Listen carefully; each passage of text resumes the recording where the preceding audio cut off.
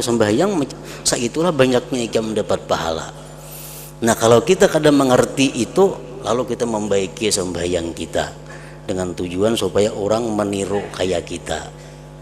Padahal ini adalah bujukan daripada syaitan. Bila kita menuruti itu, otomatis kita riya ngarannya. Kita dapat pahala, bahkan dapat siksa.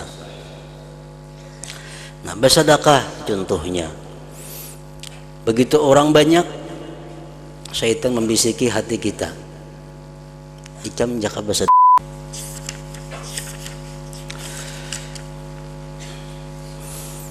Makna daripada perkataan Imam Al-Ghazali rahimahullah wa nafa'ana bi ulumih. Derajat yang ketiga, dan ini lebih halus, lebih tersembunyi daripada sebelumnya.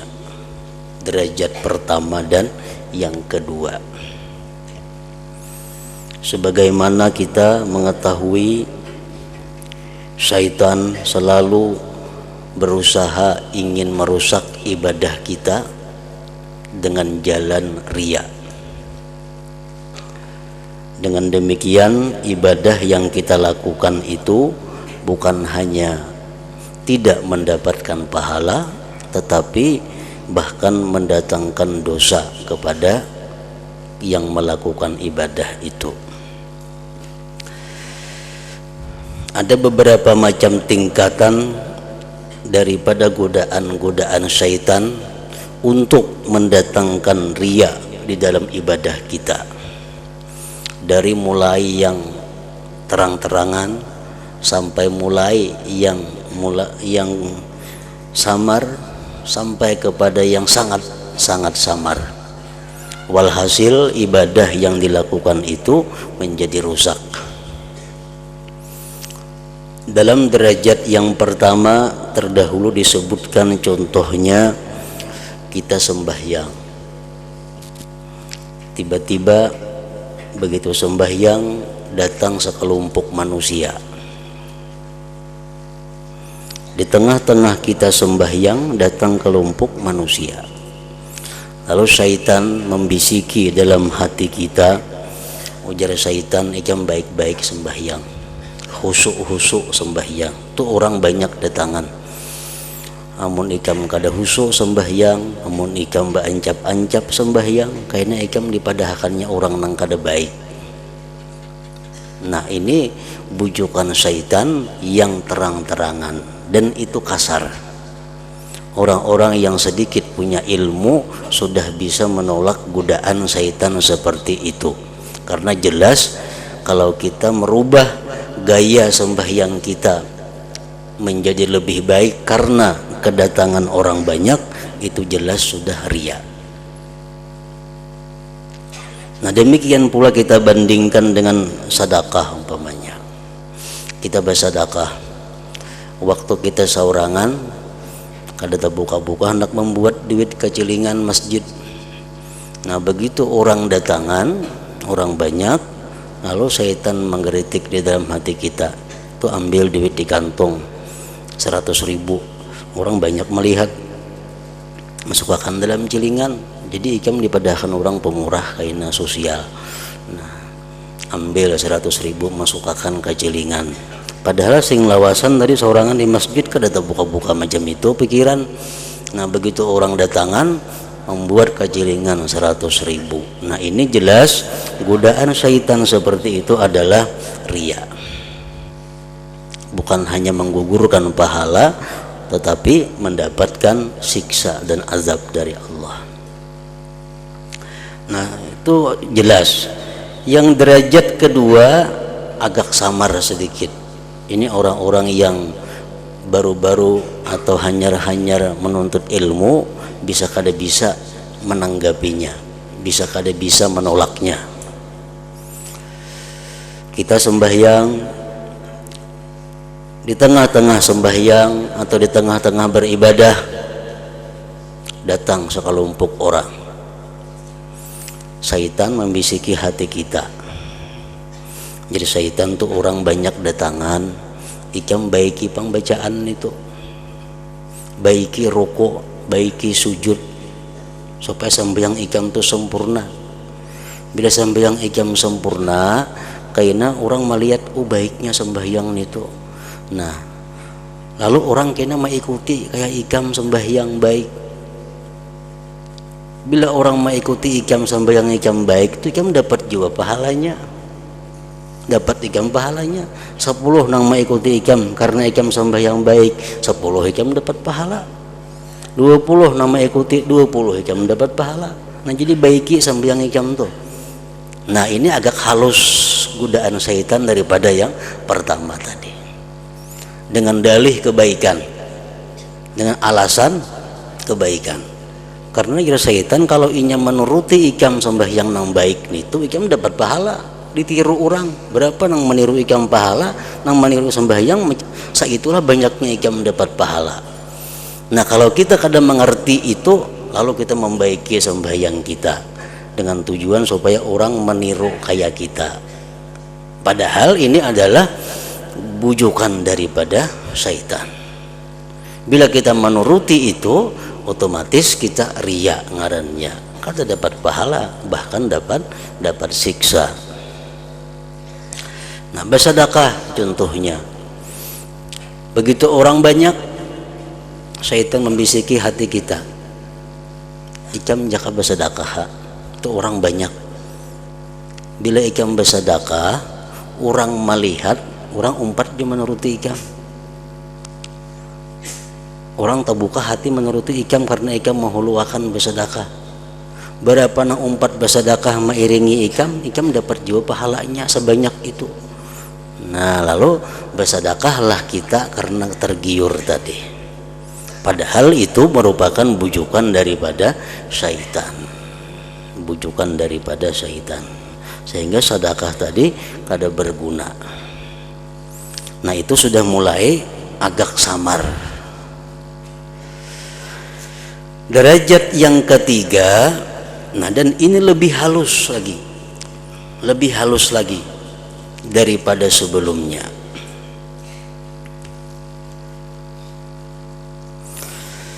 Bahwa seorang hamba mencoba dirinya pada yang demikian, melatih dirinya daripada yang demikian, dan berhati-hati terhadap tipu daya syaitan. Dan ia si hamba tadi mengetahui bahwa berbidaknya mengerjakan sembahyang, gayanya, kelakuan sembahyang berbeda di antara tempat yang sunyi dan disaksikan oleh orang lain adalah semata-mata riya. Ini sudah tahu, si hamba ini tahu. Bila di tengah orang banyak sembahyang bebaik, bila seorangan sembahyang beancap-ancap, tahu wae pada itu riya. Bila kada ada orang kada bersedekah, sudah ada orang lalu bersedekah, tahu wae itu pada riya, sudah tahu. Dan itunya kada hakon manggawi, inya kada hakon manggawi, tahu pada riya. Dan ia mengetahui bahwa ikhlas dalam salatnya di tempat yang sunyi itu seperti salatnya di hadapan orang yang banyak, di hadapan orang banyak. Ini tahu bahwa kalau ikhlas itu sama baik orang banyak atau orang sunyi. Ini tahu wae itu. Nengaran ikhlas itu orang banyak kah, orang kadada kah, tetap sama gaya sembahyangnya, gerakan sembahyangnya, bacaan sembahyangnya. Tahu inya kah itu. Dan ia merasa malu dari dirinya dan dari Tuhannya bahwa ia membuat khusyuk karena disaksikan oleh para makhluknya dengan kekhusyuannya yang melebihi kebiasaannya. Ini sopan lawan dirinya, ini sopan lawan Tuhan. Kalau sembahyang di tengah orang banyak berbaik-baik, sembahyang sorangan beancap-ancap, ini sopan itu lawan Tuhan. Ini tahu pada riya. Nah, maka ia menghadap atas dirinya di tempat yang sunyi, dan ia membaguskan salatnya menurut cara yang disenanginya di hadapan orang banyak, dan ia melakukan salat di hadapan orang banyak juga seperti itu, maka ini termasuk riya yang dalam pula. Nah, inya tahu kalau aku sembahyang saurangan bebarang haja baancap-ancap, sembahyang di tengah orang bebaik-baik, tahu aku pada itu riya, tahu itu kada boleh. Lalu inya melatih dirinya, mencoba dirinya di tempat nang sunyi sembahyang tuh beapik juga, supaya kini di tengah orang banyak kada ada perubahan lagi. Nah, jadi di tempat nang sunyinya berlatih sembahyang tuh nang perlahan, nang bagus. Kayaknya bila di tengah orang banyak kada tak ubah lagi sembahyangnya. Nah, dikira itu baik, padahal itu adalah merupakan riya yang halus, riya yang sangat tersembunyi. Kenapa maka riya itu sebabnya? Nah, kenapa maka riya? Ini godaan syaitan. Ikan menjadi syaitan supaya jangan ada perbedaan lagi sembahyang di tengah orang banyak dan saurangan. Dilatih waktu saurangan tuh sembahyang baik-baik. Jadi kamu ada orang banyak, kamu kada berubah lagi sembahyang itu. Lalu ini di tempat saurangan sembahyang beapik. Nah, tapi pikirannya apa? Pikirannya kayaknya amun ada orang banyak, ini kada tak ubah lagi tujuannya, gerakan-gerakannya. Nah, di situ nama ulah riyanya ada sedikit dan tersembunyi.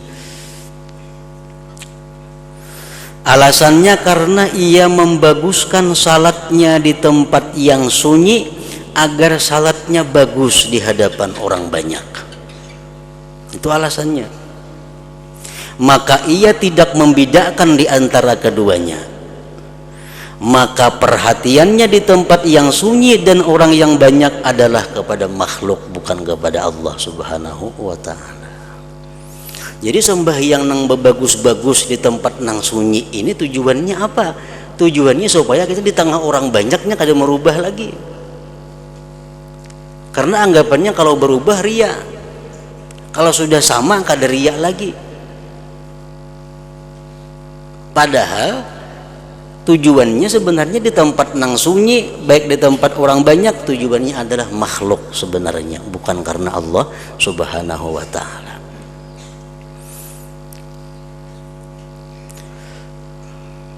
Contoh yang lain umpamanya, pula orang kadada, pula orang belum ada yang melihat, aku hendak bersedekah 10.000 rupiah.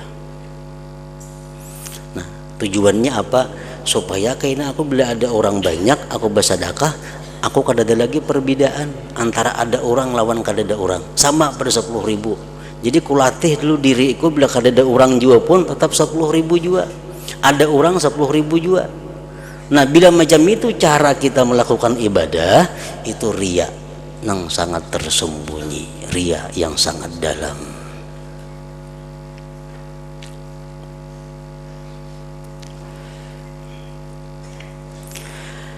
Bahkan ikhlas adalah bahwa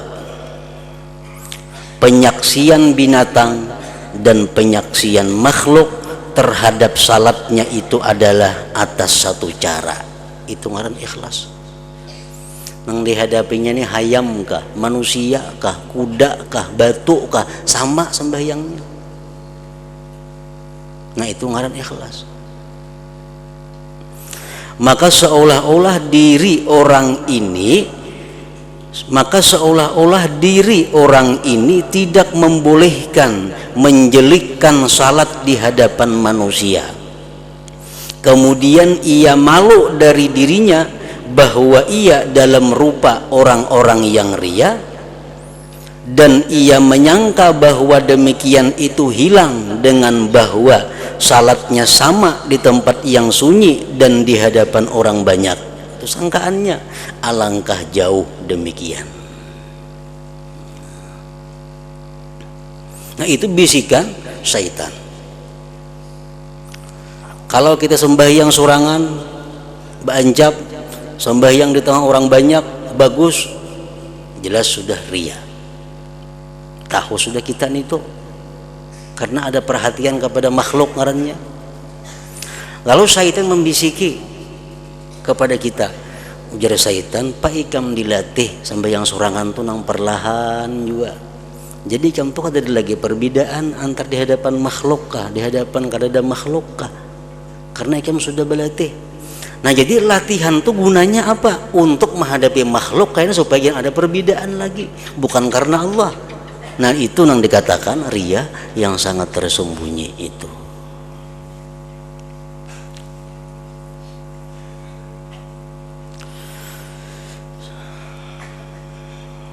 Tetapi hilangnya demikian adalah dengan bahwa ia tidak memperhatikan kepada makhluk. Hilangnya ria itu kalau sudah ia kadang memperhatikan lagi kepada makhluk. Sebagaimana ia tidak memperhatikan kepada benda-benda padat di tempat yang sunyi dan di hadapan orang banyak semuanya. Di hadapan lamari sembahyang kita mestinya sama dengan di hadapan manusia. Kalau kita sembahyang itu karena Allah, kalau kita sembahyang karena Allah, di hadapan tihang kita sembahyang sama dengan di hadapan manusia.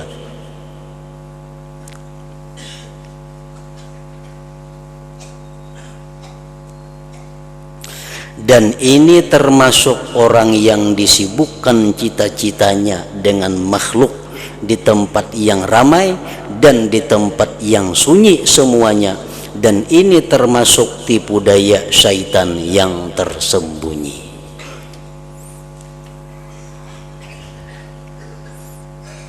Nah, jadi syaitan kalau kada mampu menggoda kita dengan derajat yang pertama, dia akan menggoda kita dengan derajat yang kedua.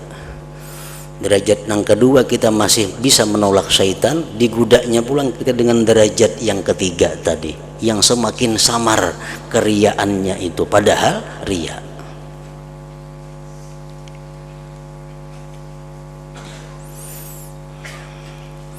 Kadang-kadang kita apa? Sembahyang surangan banjap-anjap, sembahyang di tengah orang banyak apa sebapik, bapik sembahyang tengah orang banyak. Karena kita kada biasa lalu apa? Nah, oke syaitan mau nikam hanak adalah apa lagi sembahyang baapik di tengah orang banyak, padilatih waktu sunyi kita bagamat juga perlahan juga. Jadi kada apa kamu di tengah orang banyak sembahyang perlahan itu. Nah, ya itu maksudnya. Kelihatannya bagus tapi pada hakikatnya adalah ria yang tersembunyi. Nang ikhlas itu adalah orang yang sembahyang seorangan karena Allah, orang yang sembahyang di tengah orang banyak pun kayak apapun caranya karena Allah juga.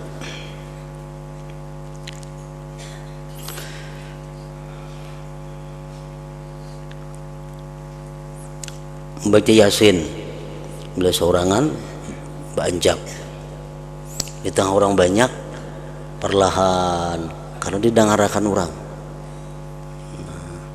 Kalau nya saurangan baca Yasin, seorang aja mendengar. Banjap-anjap kalau di tengah orang banyak diperhatikan orang, lalu perlahan. Nah, lalu syaitan membisiki, menjadi syaitan supaya ikam jangan ria. Waktu seorangan tuh dilatih dahulu perlahan. Waktu seorang tuh dilatih perlahan, ikam baca Yasin. Kayaknya kata orang banyak kamu kada canggung lagi, kada lapah lagi perlahan. Nah, itu adalah ria bila kita menuruti bujukan bisikan daripada syaitan tadi. Derajat yang keempat, dan ini adalah yang lebih halus dan lebih tersembunyi. Kalau yang ketiga itu sudah kada mampan juga menggoda kita syaitan, masuk pulangnya kepada yang keempat, bahwa manusia memandang kepadanya sedang ia tengah melakukan salat atau membaca Quran atau ibadah apakah, maka syaitan lemah untuk berkata kepadanya, khusyuklah karena mereka. Kita membaca Quran, sembahyang, datang orang, syaitan baik-baik kan sembahyang tuh ada orang, kada mampan dan itu kita tahu pada itu kada boleh. Nah syaitannya kalau kita tahu pada itu kada bolehnya, kada mangguda lewat situ. Karena syaitan tahu bahwa orang itu telah memahami terhadap demikian, dia sudah mengerti, nangka itu ria, kada mau menuruti. Lalu syaitan berkata kepadanya, ujar syaitan, tafakkurkanlah tentang kebesaran Allah Ta'ala dan keagungannya, dan tentang Tuhan yang kamu berada di hadapannya, dan malulah dari bahwa Allah melihat kepada hatimu sedang ia lalai daripadanya. Nah, kita sembahyang, di tengah-tengah sembahyang atau kita sembahyang di tengah orang banyak, syaitan membisiki kepada hati kita, enggak syaitan, ikam tuh berdiri di hadapan Allah Tuhan yang Maha Agung. Ikam berdiri di hadapan Allah yang bisa mematikan engkau saat ini juga. Engkau berdiri di hadapan Tuhan yang Maha Tinggi, maka baik-baik hati ikam kepada Allah, jangan lupa nanti Allah akan marah kepadamu. Nah kan bujur tuh binanya, bujur pun syaitan itu. Karena kita dibisikinya macam itu, maka dengan demikian hatinya hadir, lalu hati ingat kepada Allah dan anggota badannya khusyuk, dan ia menduga bahwa demikian adalah ikhlas yang sebenarnya. Dikira itu ikhlas. Perhatian baca Quran, datang orang, syaitan membisiki, syaitan, ikam baik-baik membaca kalam Allah. Itu kalam Allah nah ikam baca, bujur-bujur makhrajnya, bujur-bujur panjang handapnya. Lalu kita bujur-bujur, dikira kita bujur-bujur sudah ikhlas, padahal itu adalah ria.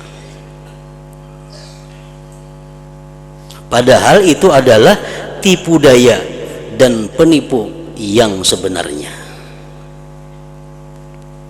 Di mana tertipunya kita di situ? Karena sesungguhnya kehusyuannya jikalau karena pandangannya kepada kebesaran Allah, niscaya geritik ini terus menerus padanya di tempat yang sunyi, dan niscaya hadirnya geritik hati tersebut tidak tertentu dengan keadaan hadirnya orang lain. Di situ tandanya.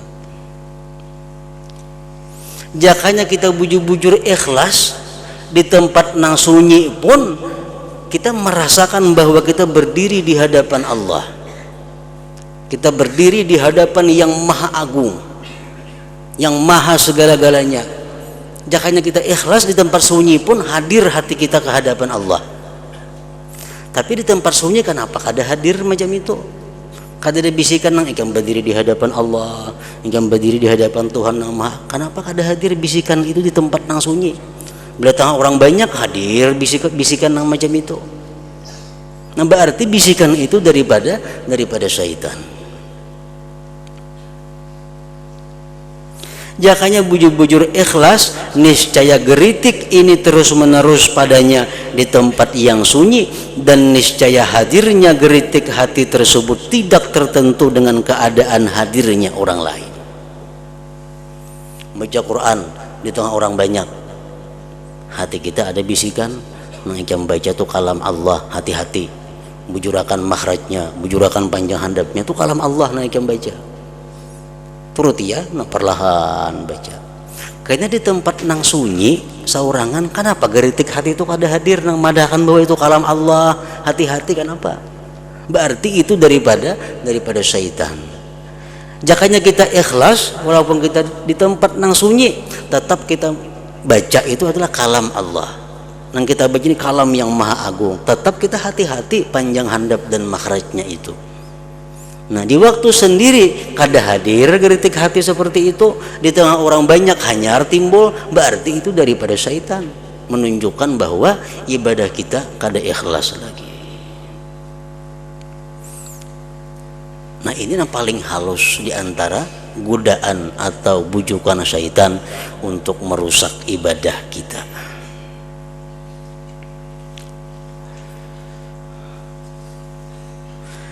Tanda aman dari penyakit ini adalah bahwa geritik hati ini termasuk yang menjinakkan hatinya di tempat yang sunyi, sebagaimana itu menjinakkan hatinya di hadapan orang banyak.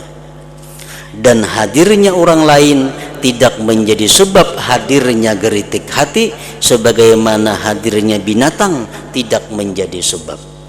Kita membaca Quran, misalnya bancap-ancap, datang kucing, berubah lagi tak? Kada lo. Nah, kucing mana datang ini? Tandanya kita aman, tandanya kita selamat daripada godaan syaitan. Di tengah kita sembahyang saurangan, tetap hadir geritik hati. Hei, ikam menghadap Allah, ikam menghadap yang maha agung, bujur-bujur sembahyang. Di tengah orang banyak hadir juga geritik hati seperti itu. Itu tandanya kita aman daripada penyakit riya, tandanya aman daripada bujukan syaitan.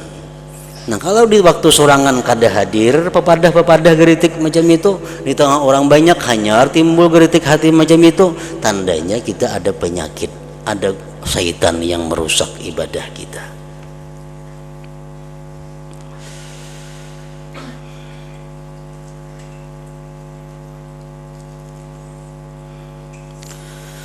Maka selama ia membedakan dalam keadaan-keadaannya antara penyaksian manusia dan penyaksian binatang, maka ia telah keluar dari kemurnian ikhlas.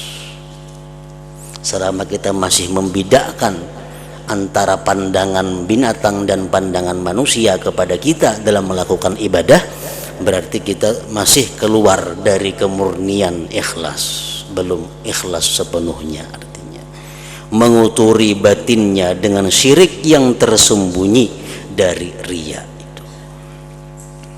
Syirik ini lebih tersembunyi di hati anak Adam daripada merayapnya semut yang hitam pada malam yang gelap di atas batu yang keras, sebagaimana yang disebutkan dalam hadis.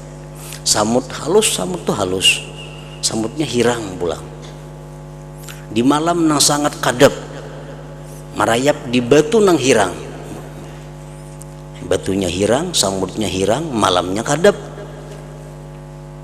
Karena kelihatan itu samar benar, tersembunyi benar. Nah, tersembunyi lagi bujukan syaitan lebih daripada itu. Banyak ibadah-ibadah nang kita anggap bahwa itu adalah merupakan modal pahala di sisi Allah, tapi akan kita dapati di hadapan Allah karena kada ada pahalanya. Kenapa?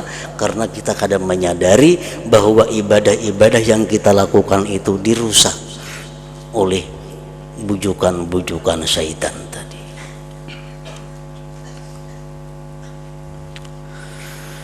Tidak selamat dari syaitan kecuali orang yang halus pandangannya dan beruntung dengan penjagaan Allah Ta'ala, taufiknya dan petunjuknya.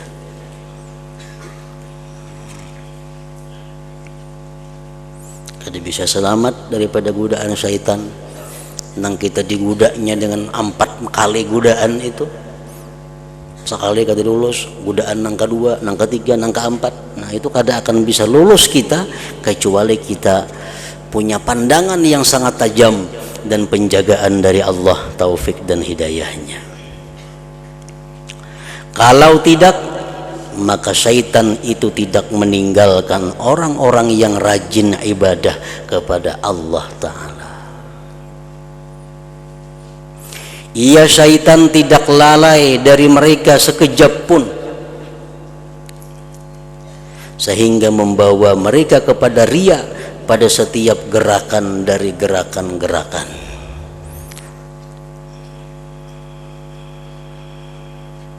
Sehingga pada bercelak mata, memutung kumis, memakai minyak harum pada hari Jumat, dan memakai pakaian-pakaian itu pun kada sunyi daripada bujukan dan godaan syaitan, yang intinya adalah minimal usaha syaitan itu menghilangkan pahala, kalau bisa akan membuat dosa. Nah itu syaitan tuh usaha minimalnya adalah kada berpahala ibadah kita, itu minimal gawian syaitan. Kalau nyakawa ibadah itu jadi dosa. Dan syaitan pun kada lalai walaupun sekejap tadi untuk merusak kita itu.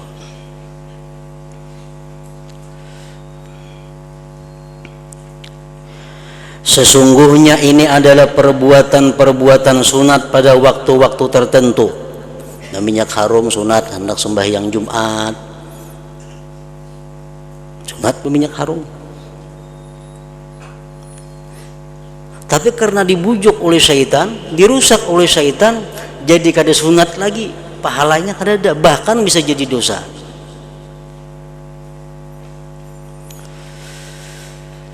Sesungguhnya ini adalah perbuatan-perbuatan sunat pada waktu-waktu tertentu, dan bagi nafsu padanya ada keuntungan yang tersembunyi karena keterkaitan pandangan makhluk dengannya dan kerajinan tabiat, dan karena kejinakan tabiat dengannya. Lalu syaitan mendorongnya kepada melakukan perbuatan itu, dan ia berkata, ini adalah sunat yang tidak semestinya kamu meninggalkannya.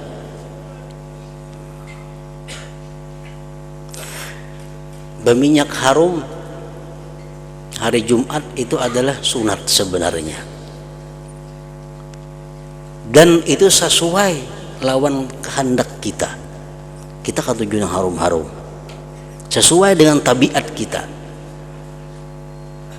Nah sekarang kita melakukan berminyak harum itu apakah karena sunnah Nabi atau karena sesuai lawan tabiat kita? Syaitan kadang-kadang menyuruh berminyak harum itu sunat, padahal kita minyak harum bukan karena sunatnya, tapi karena memang kita katuju dengan minyak harum itu. Nah sehingga kada berpahala lagi jadinya.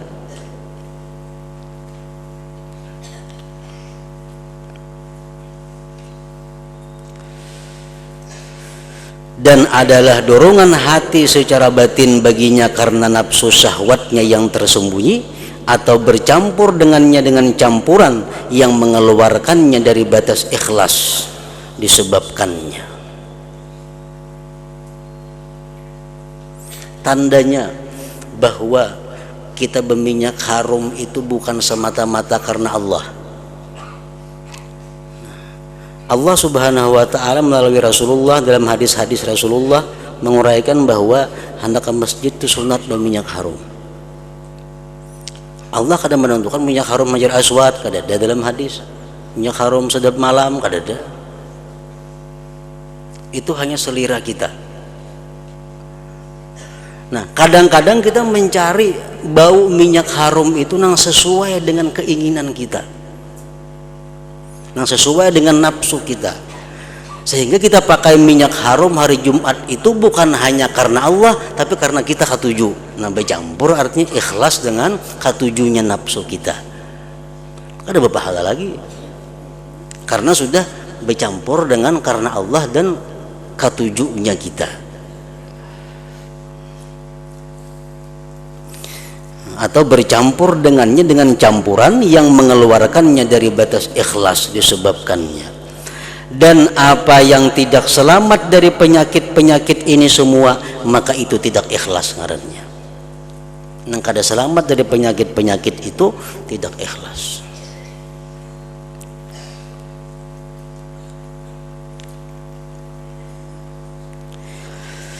Bahkan orang yang beriktikaf di masjid yang ramai dan bersih lagi bagus bangunannya, di mana tabiat suka kepadanya, lalu syaitan menggemarkannya padanya dan membaikkan kepadanya, membanyakkan keutamaan-keutamaan iktikaf. Ada masjid bagus, mewah, basi masjidnya. Di rumah ada basi, masjid basi. Jadi syaitan yang mencoba iktikaf ke masjid ganal pahalanya. Masjidnya nyaman, masjidnya bagus, masjidnya dingin. Nyaman pada di rumah. Nah ini kadang-kadang kita tergoda, oh ke masjid iktikaf. Padahal iktikaf di masjid itu bukan karena Allah, tapi mencari kenyamanan yang kada didapat di luar masjid. Nah kita kira itu ibadah, padahal kada jadi ibadah. Bahkan orang yang beriktikaf di masjid yang ramai dan bersih lagi bagus bangunannya, di mana tabiat suka kepadanya, lalu syaitan menggemarkannya padanya dan membanyakkan kepadanya keutamaan i'tikaf. Dan kadang-kadang penggerak yang tersembunyi di dalam hatinya adalah kejinakan hati, kesenangan hati, kenyamanan hati dengan bagus bentuk masjid dan kesenangan tabiat kepadanya.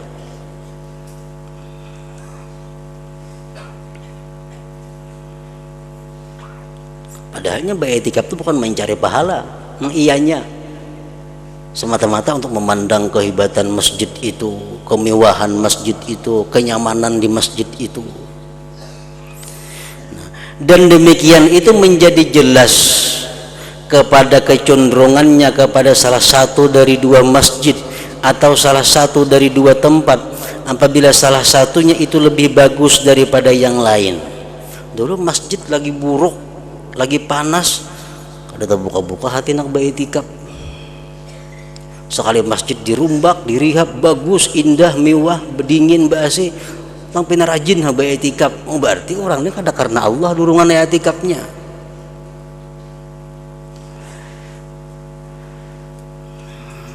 Dan demikian itu menjadi jelas kepada kecenderungan kepada salah satu dari dua masjid, umpamanya dua masjid. Sini masjid nang buruk, panas, lampit, kada hambal. Nang di sini dingin, basi, mewah, hambal, kandal. Kemana iktikaf hendak? Nah, bila kita iktikaf hendak yang lebih baik itu berarti ada campuran nafsu kita. Berarti ada tercampur dengan hawa nafsu kita, ketujuh nang nyaman. Dan semua itu bercampur dengan campuran tabiat dan kotoran-kotoran diri. Ada ikhlas lagi ngarannya. Jaka ikhlas tuh masjid nang panas tuh iktikaf juga. Nang lampit itu. Demi umurku perusak hakikat ikhlas adalah kotoran yang bercampur dengan kemurnian emas yang mempunyai derajat-derajat yang berlainan. Maka seyogianya daripadanya itu sesuatu yang baik, dan sebagian daripadanya itu sesuatu, maka sebagian daripadanya itu sesuatu yang banyak, dan sebagian daripadanya itu sesuatu yang sedikit tetapi mudah diketahuinya, dan sebagian daripadanya itu sesuatu yang halus di mana tidak mengetahuinya kecuali orang yang meneliti dengan seksama, lagi yang melihat dengan penglihatan hati. Campuran ikhlas ini macam-macam.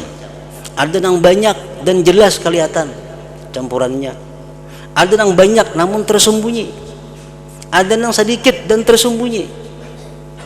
Nang kada kawa dilihat kecuali orang-orang nang meneliti dengan bujur-bujur. Dan kotoran hati, penyelinapan syaitan dan jahatnya nafsu itu lebih samar daripada demikian itu dan lebih halus. Karena inilah dikatakan 2 rakaat dari orang yang alim itu lebih afdal daripada ibadah setahun dari orang jahil. Ada yang mengatakan hadis Nabi bahwa 2 rakaat sembahyang dari orang yang alim lebih afdal dari 100 rakaat orang jahil. Yang dimaksud dengannya adalah orang yang alim yang melihat dengan mata hati kepada penyakit-penyakit yang halus sehingga ia terlepas daripadanya. Artinya 2 rakaat tapi ikhlas, kada bercampur macam-macam. Durungan sembahyang 2 rakaat itu karena Allah semata lebih baik daripada orang sembahyang beribu-ribu rakaat tapi bercampur-campur niatnya. Sesungguhnya orang yang jahil itu pandangannya kepada zahir ibadah. Orang jahil Yang penting ibadah zahirnya, makin banyak makin bagus jadinya, dan tertipu dengannya. Seperti pandangan orang hitam kepada merahnya dinar yang disapuh dan bundarannya, padahal dinar itu tidak murni, lagi palsu pada dirinya. Orang yang jahil, yang penting ada dinar bersih, kalau ada rusak, kalau ada cacat, padahal palsu. Dan satu kirat itu 4/6 dinar. Sedinar kita anggap 3 gram umpamanya. Nah, 1 kirat itu 4/6-nya. Dan 1 kirat dari emas yang murni, yang disukai oleh orang yang alim, yang melihat dengan mata hatinya, itu lebih baik daripada dinar yang disukai oleh orang yang tertipu lagi dungu itu. Mana hakunnya? Dinar baik bersih, cuma sapuhan dalamnya tembaga. Nang ini halus, cuma asli murni emas 24. Nah, orang nang pintar, nang alim tentu memilih yang halus tapi murni emas tadi. Maka itu juga ibadah artinya. Maka begitulah urusan ibadah itu berbeda-beda, bahkan lebih sangat dan lebih besar. Dan jalan masuk penyakit yang pergi menuju kepada macam-macam amal itu tidak mungkin dibatasi dan dihitungnya. Banyak jalan penyakit-penyakit yang merusak ibadah kita. Maka ambillah manfaat dengan apa yang telah kami sebutkan sebagai perumpamaan tadi. Orang yang cerdas itu dicukupkan baginya oleh yang sedikit. Orang yang cerdas cukup sebutin gini contoh cukup. Kawas itu membanding, kau mengias. Tadi Sidin mencontohkan sembahyang. Datang orang banyak. Nah, kias kalian pada sembahyang. Puasa, sedekah, kau baca Quran, kau zikir, kan dikias-kias saya lagi. Orang yang cerdas itu dicukupkan baginya oleh yang sedikit. Dan orang yang bodoh tidak cukup baginya penjelasan yang panjang juga. Namun orangnya bodoh 1000 contoh atau pada ngartinya. Nah, maka tidak ada faidah, tidak ada guna dalam penjelasan yang panjang lebar itu. Nah, kemudian penjelasan tentang amal yang dicampuri. Nah, di sini bab akhir beliau akan menjelaskan kayak apa ibadah yang bercampur. Karena ini ada, karena itu ada. Berpahala atau kada, karena ini ada, berapa persennya, berapa timbangannya. Nah, penjelasan tentang amal yang dicampuri dan berhaknya pahala karena amal itu.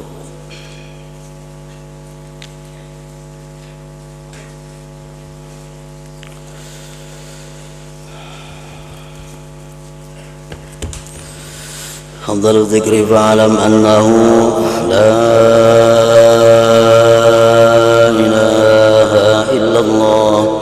Muhammadur Rasulullah, la ilaha illallah Muhammadur Rasulullah, la ilaha illallah Muhammadur Rasulullah, la ilaha illallah, la ilaha illallah